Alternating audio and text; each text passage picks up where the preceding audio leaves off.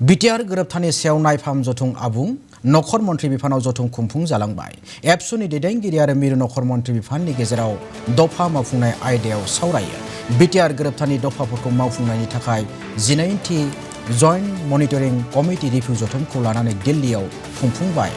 2020 मायथाइनि 27 जानुवारियाव बिटिआर गोजोन गोरोबथानि दफाफोरखौ मावफुंनायनि सायाव भारत सरकार, आसाम सरकार आरो सागानगिरि आफाद फारियै एबसु, एनडिएफबि आरो इउबिपिअनि गेजेराव 12थि जइन्ट मनिटरिं कमिटिनि रिभिउ जथुमखौ मंगलबाराव गोदान दिल्लीनि नर्थ ब्लकआव खुंफुंनाय जायो।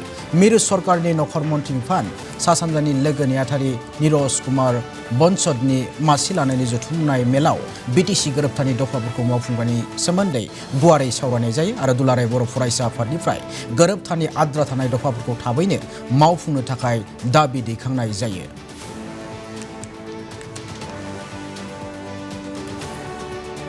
আজি আমি নিখিল বড়ো ছাত্ৰন্তাৰ হৈ আমাৰ সাধাৰণ সম্পাদক আৰু আমি একেলগে জইণ্ট মনিটৰিং কমিটি মিটিং যিটো joint secretary north east Niraj Kumar বাঞ্চতৰ চেম্বাৰৰ ভিডিঅ' কনফাৰেন্সিঙত তেওঁ অসম চৰকাৰৰ পৰা আৰু বডোলেণ্ড গভৰ্ণমেণ্ট আৰু ছিগনেটৰী অৰ্গেনাইজেশ্যন আমাৰ ইউবিপিঅ আৰু লগতে এনডিএফবি ৱেলফেয়াৰ তেওঁলোকে আগভাগ লৈছে। আমি ফিজিকেলি ইয়াত তেওঁলোকৰ লগত বহিছোঁ। আজি যিহেতু বহুত দিনৰ মূৰত একৰ্ড ইমপ্লিমেণ্টেশ্যনৰ ৰিভিউ মিটিং হৈছে, ইয়াৰ লগত আমি যিখিনি এতিয়া একৰ্ড ইমপ্লিমেণ্টেশ্যনৰ মেইন ক্লজেছ পেণ্ডিং হৈ আছে, মেইনলি এইটোৰ বিষয়ত আমি আলোচনা কৰিছোঁ। আৰু এই কাৰণত আমি আপোনালোকৰ দ্বাৰা আজি অসম চৰকাৰ আৰু ভাৰত চৰকাৰক মেইন যিটো একৰ্ডৰ যি ইমপ্লিমেণ্টেশ্যন তাৰ ক্ষেত্ৰত গুৰুত্বপূৰ্ণভাৱে তেওঁলোকে যাতে আজিৰ মনিটৰিং মিটিঙৰ পৰা অনাগত দিনত অসম চৰকাৰ আৰু ভাৰত চৰকাৰে এইটো ইমপ্লিমেণ্টেশ্যনত আগবাঢ়িব।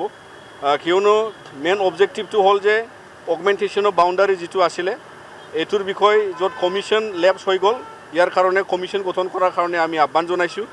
আৰু ভাৰত সংবিধানত 125 যিটো এমেণ্ডমেণ্ট হ'ব লাগে, য'ত মানে 6 শিডিউল কাউন্সিলৰ পাৱাৰ এণ্ড ফাংচনছ এডিশ্যন হ'ব, ছিটছ বঢ়োৱা হ'ব 46 মেম্বাৰৰ পৰা 60 মেম্বাৰ্ছলৈকে। চ' বিভিন্ন যিটো কনষ্টিটিউশ্যনেল মেটাৰ সেইটো ইমপ্লিমেণ্ট কৰাৰ ক্ষেত্ৰত আমি আহ্বান জনাইছোঁ। আৰু অনাগত দিনত যিমান চেণ্ট্ৰেল ইনষ্টিটিউশ্যনছ আৰু অসম চৰকাৰৰ ইনষ্টিটিউশ্যনছ আছে এইবোৰক তেওঁলোকে যাতে অতি সোনকালে এষ্টাব্লিছ কৰিবৰ কাৰণে প্ৰচেষ্টাত আগবাঢ়িব।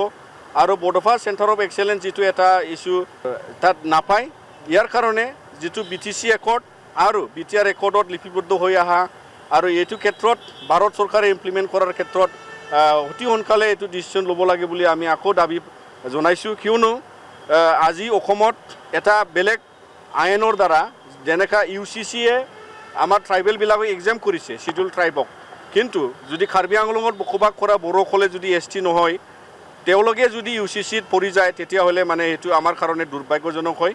তো ইয়াৰ কাৰণে তাৰ লগত যিহেতু লং পেণ্ডিং ইছ্যু এটা আছে কাৰ্বি আংলঙৰ বড়োসকলৰ কাৰণে, য'ত তেওঁলোকে ST হিল ষ্টেটাছ তাত নাপায়, ইয়াৰ কাৰণে যিটো বিটিচি একৰ্ড আৰু বিটিআৰ একৰ্ডত লিপিবদ্ধ হৈ অহা আৰু এইটো ক্ষেত্ৰত ভাৰত চৰকাৰে ইমপ্লিমেণ্ট কৰাৰ ক্ষেত্ৰত অতি সোনকালে এইটো ডিচিশ্যন ল'ব লাগে বুলি আমি আকৌ দাবী জনাইছোঁ। কিয়নো আজি অসমত এটা বেলেগ আইনৰ দ্বাৰা যেনেকৈ UCCয়ে আমাৰ ট্ৰাইবেলবিলাকক এক্সাম কৰিছে, শিডিউল ট্ৰাইবক, কিন্তু যদি কাৰ্বি আংলঙত বসবাস কৰা বড়োসকলে যদি ST নহয়, তেওঁলোকে যদি UCCত পৰি যায় তেতিয়াহ'লে মানে এইটো আমাৰ কাৰণে দুৰ্ভাগ্যজনক হয়।